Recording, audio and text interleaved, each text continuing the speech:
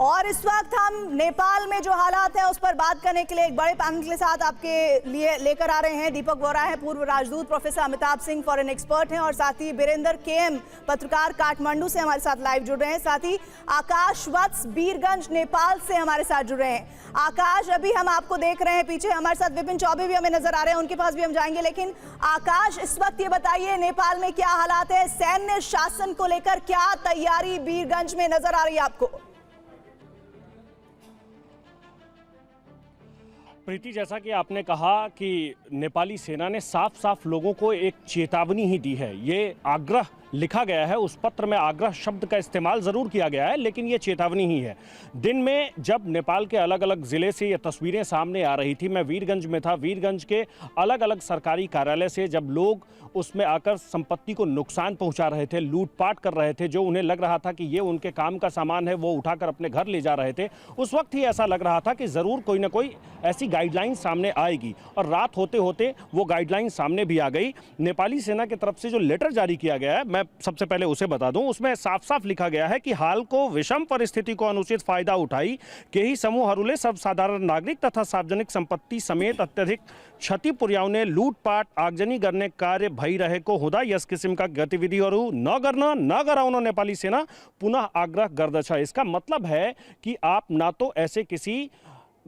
तो ऐसे जहां कहीं भी ये लूटपाट हो रही है, आगजनी हो रही है, संपत्ति को नुकसान पहुंचाने का काम हो रहा है, ना तो उसमें आप शामिल होइए और ना ही किसी को शामिल होने के लिए आप कहिए। अगर आप ऐसा कहते हैं तो ये बिल्कुल ही गलत है। नेपाली सेना अपने तरफ से एक्शन लेगी। उसमें जो दूसरा पॉइंट लिखा हुआ है, वो लिखा हुआ है कि इस तरह की गतिविधि को रोकने के लिए नेपाली सेना, साथ में जो नेपाल की पुलिस है, वो मुख्य रूप से सामने आएगी नेपाल और नेपाली लोगों की सुरक्षा के लिए। और इसी के लिए 2082 साल भादव महीना 24 गते, जो आज ये तारीख है नेपाल में, रात के 10 बजे से हम ये अपने हाथ में कमान ले रहे हैं। ये नेपाली सेना ने बिल्कुल साफ तौर पर मैं कह दिया है। ये एक तरीके से चेतावनी है। लोगों को ये बताया गया है कि आप अगर सार्वजनिक संपत्ति को नुकसान पहुंचाएंगे, आप सार्वजनिक जगह पर आकर, किसी सरकारी कार्यालय में आकर वहां लूटपाट करेंगे, आग लगाएंगे, तोड़फोड़ करेंगे, तो वो किसी भी तरीके से एक्सेप्ट नहीं किया जाएगा। आ रही है, हम अपने दर्शकों को बता दें बड़ी जानकारी। नेपाल ट्रांसपोर्ट डिपार्टमेंट में आग लगा दी गई है। ऐसा लग रहा है कि ये सिलसिला थमने ही नहीं वाला है। एक एक कर सरकारी इमारतों को जलाया जा रहा है। भीड़ अब इतना ज्यादा आक्रोशित है कि जो नेपाल की पहचान है, जिन्हें दुनिया में जाना जाता है, उनको टारगेट किया जा रहा है। क्या राष्ट्रपति भवन, क्या प्रधानमंत्री आवास, उसके बाद हमने सुप्रीम कोर्ट की आपको तस्वीरें दिखाई।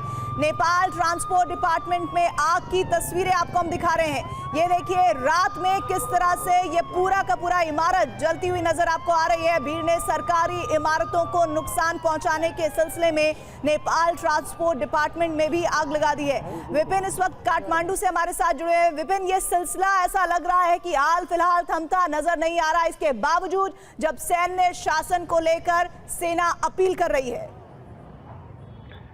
बिल्कुल, देखिए आखिरकार लगभग आज देर शाम सेना को इस मामले में सामने आना पड़ा और सेना ने कहा कि हमें मजबूर न करे कि सख्ती हमें करना पड़े, हम देश के लोकतंत्र के पक्ष में हैं और इसके साथ ही अगर लोकतंत्र को और राष्ट्र हमारे लिए सर्वोपरि है, उसको बचाना हुआ तो हम सख्ती से निपटेंगे। लेकिन उस अपील का बहुत ज्यादा कोई असर मुझे तो यहाँ पर दिखता हुआ नजर नहीं आ रहा है।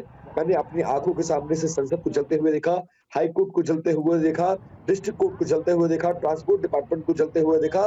जितनी सरकारी संस्थाएं हैं उन सब में आग लग गई है। और हम पैदल पैदल जब शाम को वापस अपने होटल की तरफ आ रहे थे तो भी भीड़ हमारा थी। यहाँ तक कि जो गवर्नमेंट कॉलोनीज में रेसिडेंशियल इलाके हैं उन घरों में भी वो आग लगा रहे हैं, उनको भी बख्श नहीं रहे हैं। पता नहीं ऐसी कौन सी दुश्मनी है। मैं मानता हूँ कि भ्रष्टाचार एक कारण हो सकता है, सरकार से नाराजगी हो सकता है, लेकिन जनता के टैक्स के पैसे से बनाए गए सरकारी दफ्तरों को आग लगाने से इनको मिलेगा क्या? ये मोटिवेट कहाँ से हो रहे हैं? कौन इनको गाइड कर रहा है कि इसको करने से एक बड़ा इम्पैक्ट होगा? और आखिरकार जब कोई भी सरकार आएगी वो सत्ता को संभालेगी तो उन डिपार्टमेंट्स की जरूरत पड़ेगी। तो आखिरकार नई बिल्डिंग्स बनाना पड़ेगा, तो नई बिल्डिंग बनेगी, नई संसद बनेगी, नया कोर्ट बनेगा, हाई कोर्ट बनेगा, तो वो तमाम चीजें जनता के पैसे से ही पूरी की जाएंगी। पब्लिक इस बात को समझने को तैयार नहीं है। शाम को जो आपकी डिमांड थी कि भ्रष्टाचारी सरकार को जाना चाहिए, जब उस सरकार ने रिजाइन कर दिया, प्रधानमंत्री यहाँ से चले गए, उसके बाद भीड़ क्यों नहीं मान रही है? अब शायद 10 बजे तक ये सेना ने ये क्लियर किया है कि हम इस पूरे मामले में इंटरफेयर करेंगे, हम चीजों को अपने हाथ में लेने जा रहे हैं टेम्परेरी के तौर पर, क्योंकि हमें सिचुएशन को सुधारना है। लोग अब सरकारी संपत्ति को नुकसान ना पहुंचाएं। बड़ी जानकारी आ रही है नेपाल से, बड़ी खबर। स्वास्थ्य मंत्रालय में भीड़ ने आग लगा दी है। स्वास्थ्य मंत्रालय को भी नहीं छोड़ा गया है। मंत्रालय की इमारत जलकर खाक हो गई है। ये तस्वीरें हम आपको दिखा रहे हैं नेपाल के काठमांडू से, जहां पर कुछ देर पहले घुसे थे प्रदर्शनकारी और जानकारी मिल रही है कि स्वास्थ्य मंत्रालय के इमारत को आग लगा दी गई है। वो इमारत जहां से हेल्थ को लेकर तमाम नीति निर्धारण तय किए जाते हैं, उस इमारत को भी नहीं बख्शा गया है। इस पूरे आगजनी में, इस आक्रोश में जो भी कैजुअलिटीज होंगी, उनको लेकर किस तरह की प्रक्रिया अपनाई जानी चाहिए, उस इमारत को भी आग के हवाले कर दिया गया है। आकाश वत्स हमारे साथ बीरगंज से बने हुए हैं। आकाश, इस वक्त हमें ये बताइए, जैसे हम पहले जमाने में कहते थे कि चिट्ठी को तार समझना और समय से पहले आ जाना, सेना की वो चेतावनी ऐसी ही नजर आ रही है। अपील कम, चेतावनी ज्यादा, लेकिन जो तस्वीरें हम देख रहे हैं उसमें तो कोई परिवर्तन दिख नहीं रहा है। हालांकि अभी जो 10 बजे कमान लेने की बात की है, उसे सिर्फ 10 मिनट ही हुए हैं। प्रीति, मैं आपको फिर से बता दूं कि काठमांडू को अगर आप छोड़ भी दें तो नेपाल के जो बाकी ज़िले हैं, जहां अभी मैं खड़ा हूं, पर्सा ज़िला में, पर्सा, बारा, धनुषा, महोत्तरी, सप्तरी, इन इटहरी, इन सभी ज़िलों में आज देर शाम महोत्तरी से एक ऐसी ही खबर आई जहां लोगों ने सबसे पहले ज़िला जेल को घेर लिया और ज़िला जेल को घेरने के बाद उस जेल का दरवाज़ा तोड़ दिया, जिसमें 576 कैदी एक साथ भाग गए।